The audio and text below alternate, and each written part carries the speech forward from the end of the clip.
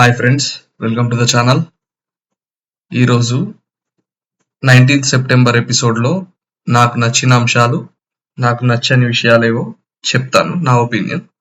Right, start చేద్దాం. Open చేయగానే scene ఏంటంటే ఇమానువల్ ఏడుస్తాడు. సుమన్ శెట్టి దగ్గర చెప్పుకుంటాడు, నాకు రీతు సపోర్ట్ చేస్తాడు కానీ. అటు సైడ్ ఇంకో సైడ్ ఏమో రీతు ఏమో, అవతల సైడ్ రీతు ఏమో నేను ఫెయిర్గా ఉన్నా, ఇమానువల్ అండ్ డెమాన్ ఇద్దరి గురించి ఫెయిర్ గానే ఉండే నేను అన్నట్టు బిల్డప్ ఇస్తా ఉంటది. అది నచ్చలేదు.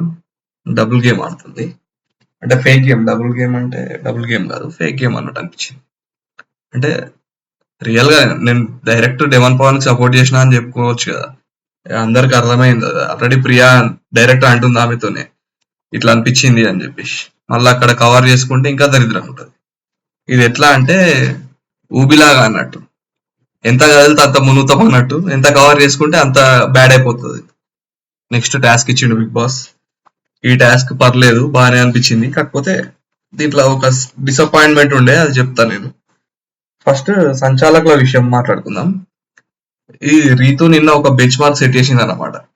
అంటే బయాస్డ్ సంచాలక్ కానీ లేకపోతే అన్ఫేర్ సంచాలక్ కానీ ఒక బెంచ్ మార్క్ క్రియేట్ చేసింది. దాన్నే ఇవాళ ప్రియా శ్రీజాలు కంటిన్యూ చేసిండ్రు అనిపించింది. ఈ మ్యాటర్ మాత్రం వీకెండ్ లో మాట్లాడకపోతే రీతుది, శ్రీజాది, ప్రియాది ఇక ఫ్యూచర్ లో అందరూ అన్ఫేర్ సంచాలకులే ఉంటారు ఇక. కాబట్టి ఈ వీకెండ్ గట్టిగానే మాట్లాడతాడు అనిపిస్తుంది. ఎక్కువ అవకాశాలు పెరిగినాయి యాక్చువల్ గా, ఎందుకంటే కంటిన్యూ అవుతుంది అదే, అందరు అన్ఫేరే. అంటే హరీష్ మళ్ళా నెక్స్ట్ సంచాలక్ హరీష్ ని నామినేట్ చేసిండు బిగ్ బాస్. కాకపోతే హరీష్ బాగానే చేసిండు, ఏం అన్ఫేర్నెస్ ఏం లేకుండే. బట్ వీళ్ళదైతే కంటిన్యూ అవుతుంది ఒకవేళ మ్యాటర్ డిస్కస్ చేయకపోతే. అట్లా అందరు అన్ఫేర్ ఉంటారని కాదు, కొంతమంది గురించి మాట్లాడుతున్నాం. అంటే కొంతమందికి ఎట్లుంటది అంటే లోపల గిల్ట్ ఉంటది అన్నట్టు, కొంతమందికి ఉండదు. అది తప్పు చేసినా అని గిల్ట్ ఉండదు కొంతమందికి. అటువంటి వాళ్ళు ఏంటంటే కంటిన్యూ చేస్తారు దెబ్బ పడకపోతే. అట్లా ఇక టాస్క్ లా ఫస్ట్ సుమన్ శెట్టి గురించి మాట్లాడుకుంటే పాపం అనిపించింది. అరే తీసినా బాధరే, తీయకపోయినా బాధరే అన్నట్టున్నది ఆయన పరిస్థితి. ఫ్లోరా షైని తనుజాన్ పట్టుకుంటది, పట్టుకున్నప్పుడు ఫ్లోరా షైని అరుస్తా ఉంటది, అరే తీసుకోండి సుమన్ శెట్టి అన్న, ఇది గేమ్, మీరు ఎమోషనల్ గా ఆడద్దు, గేమ్ ఇది, ఏం కాదు పర్లేదు తీసుకోండి అని అరుస్తా ఉంటది. ఇటు తనుజాన్ ఏమో సీరియస్ గా వస్తా ఉంటది. ఆయన ఆలోచిస్తా ఉంటాడు, అరే తీసుకుంటే ఏమన్నా అనుకుంటారా అన్నట్టు ఆలోచిస్తా ఉంటాడు పాపం. తర్వాతనేమో మళ్ళా రీతు వచ్చి అడుగుతుంది సుమన్ శెట్టికి హెల్ప్ చేయమని. ఆయనకి ఇష్టం లేదు కానీ ఇక అని తలుపుతాడు. హెల్ప్ చేస్తా అని గట్టిగా చెప్పాడు కానీ అన్నట్టు తలుపుతాడు. అది కొద్దిగా తప్పు అనిపించింది. అంటే చెప్పాల్సింది, నేను చేయలేనని చెప్పాల్సింది, లేకపోతే చూస్తా ఆలోచిస్తా అని చెప్పాల్సింది. అది చెప్పాడు. తీరా రీతు చౌదరి అన్న హెల్ప్ హెల్ప్ అని అరుస్తుండే, పోయి ఆమె దాంట్లోకి వెళ్ళి తీసి వేరే వాళ్ళు వదిలేస్తా ఉంటాడు. అది కిరాక్ కామెడీ అది. అటు ఆమెనేమో పాపం ఏడుస్తా ఉంటది, అన్నా ప్లీజ్ అన్నా ప్లీజ్ అన్నా అని. అదొకటి. తర్వాత పాపం ఆయన డిఫెండ్ చేసుకునే క్రమంలో ఏదో ఇట్లా చేతులు అటు ఇటు ఊపుతా ఉంటాడు, కొట్టాలని కొట్టాడు కానీ ఇక. కాకపోతే మన ఫేర్ సంచాలకుల గురించి తెలుసు కదా, సుమన్ శెట్టి అవుట్ అని అంటారు.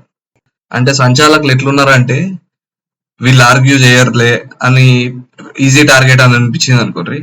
అటువంటి వాళ్ళని కథం, you are out from the game అనేస్తున్నారు ఈజీగా. అదే నెక్స్ట్ సంజనాన్ని చూడండి, పోనీ ఎవరినైనా గేమ్ నుంచి అవుట్ చేసిండ్రా? ఎవరిని అవుట్ చేయలేదు నాకు తెలిసి. ఇంకో విషయం మాట్లాడాలి, నాకు అర్థం కాలేదు అసలు. సపోర్టర్స్ ని బిగ్ బాసే చెప్పిండు సపోర్ట్ చేసుకోవచ్చు, మీకు ఎవరికి కావాలంటే వాళ్ళకి ప్లేయర్స్ కి సపోర్ట్ చేసుకోవచ్చు అని చెప్పిండు. ఈ సంచాలకులేమో సపోర్ట్ చేసుకోండి అని కొంచెం టైం వదిలేసిండ్రు, కొంచెం టైం కాగానే ఆపేసిండ్రు, స్టాప్ మీరు ఇక ముందుకు రావద్దు అని చెప్పేసి. దానివల్ల అసలు అడ్వాంటేజ్ ఏంది అసలు నాకు అర్థం కాలేదు. మళ్ళీ ఎవరి దాంట్లో ఎవరి డౌట్స్ వాళ్ళు తీసుకొని మళ్ళీ వేసేసుకున్నారు బుట్టరల్లా. అటు వాళ్ళు ప్లేయర్స్ వాడక, ఇటు సపోర్ట్ చేసే వాళ్ళు వాడక, మళ్ళీ డైలాగ్స్ ఏమో కొడతారు సంచాలక్స్, మేము గేమ్ ని ముందుకు తీసుకుపోవడానికే చూస్తున్నాం అది ఇది అని చెప్పేసి. అందుకే ఇద్దరిని ఒక రౌండ్ లో నుంచి ఇద్దరిని తీసేయం మేము అది ఇది అని సంథింగ్. ఇక ఎందుకంటే అక్కడ రీతు చౌదరికి సపోర్ట్ చేయడానికి అట్లా చేసిండ్రు కానీ అది క్లియర్ గా అర్థమైంది బయాస్నెస్ ఆడ. ఈ ప్రియా డైలాగ్ అక్కడ, నేను గేమ్ ని ఫార్వర్డ్ చేయడానికి చూస్తున్నా, ముందుకు తీసుకుపోవడానికి చూస్తున్నా అనేట. అప్పుడు నాకేమనిపించింది తెలుసా, ఈమె ఉద్దేశంలో ఈమె గురించి ఏమనుకుంటుందంటే, సావో సినిమాల ప్రభాస్ వస్తాడు కదా, తన రాజ్యాన్ని గెలిపించుకోవడానికి రాజే అప్పుడప్పుడు సైనికుడు అవుతాడు అన్నట్టు. అట్లా ఈమెనేనేమో అసలు బిగ్ బాస్ ఈమెనేనేమో గేమ్ ని ఫార్వర్డ్ ఇట్లా ముందు తీసుకుపోవడానికి వచ్చింది పాపం. అట్లా ఫీల్ అవుతుంది. ఆడేదేమో అన్ఫేర్ గేమ్, నీతులు చెప్పమంటే ఓ మస్తు చెప్తుంది ఇట్లా, పుస్తకంలో నుంచి తీస్తుంది ఇట్లా. వీళ్ళు కూడా ప్లేయర్స్ కూడా సరిగా ఆడలేదు అనిపించింది, ఎమోషనల్ అయ్యి. రీతు ఏమో డాల్స్ మొత్తం తీసేసుకుంటది రాము రాథోడ్ నుంచి. మళ్ళీ ఇమాన్యువల్ దాన్ని క్వశ్చన్ చేసుడు మామూలు క్వశ్చన్ చేస్తాడు ఇమాన్యువల్, అట్లా కాదు. ఈయన అన్ని అయిన దాంట్లో వేసేస్తాడు, అయిన దాంట్లో వేసి క్వశ్చన్ చేస్తాడు. అదేందో అర్థం కాలేదు. పాపం పాపం అని జాలి చూపించుకుంటా అయిన దాంట్లో వేస్తాడు. అయిననేమో సప్పుడు రాము రాథోడు. ఎందుకట అంటే ఇద్దరు డీల్ కూర్చుకున్నారట, మన ఇద్దరమే ఉండాలి గేమ్ లో అన్నట్టు లాస్ట్ వరకు. సో ఈమె దాన్ని బ్రేక్ చేసింది కదా డీల్ ని, మొత్తం అయిన దాంట్లో అన్ని మొత్తం వేసేసుకుంది మంచిగా బుట్టల. ఆయన సపోర్ట్ చేస్తలేడు కదా అని చెప్పేసి సెల్ఫిష్ కొద్దిగా అది ఆమె అయితే. దాన్నే పాయింట్అవుట్ చేస్తాడు ఇమాన్యువల్, మరి ఒక్కటి కూడా ఉంచకుండా వేసుకుంటావా అది అని చెప్పేసి.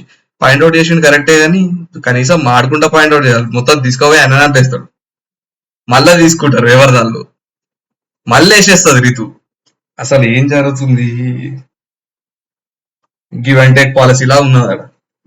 ఆ తర్వాత టాస్క్ లో అట్లా జరుగుతుండగా హీట్ ఆఫ్ ది మూమెంట్ లా సంజన సుమన్ శెట్టిని గాజులు వేసుకొని కూర్చో సప్లై అన్నట్టు అంటది అన్నట్టు. అదైతే వర్స్ట్ మాట.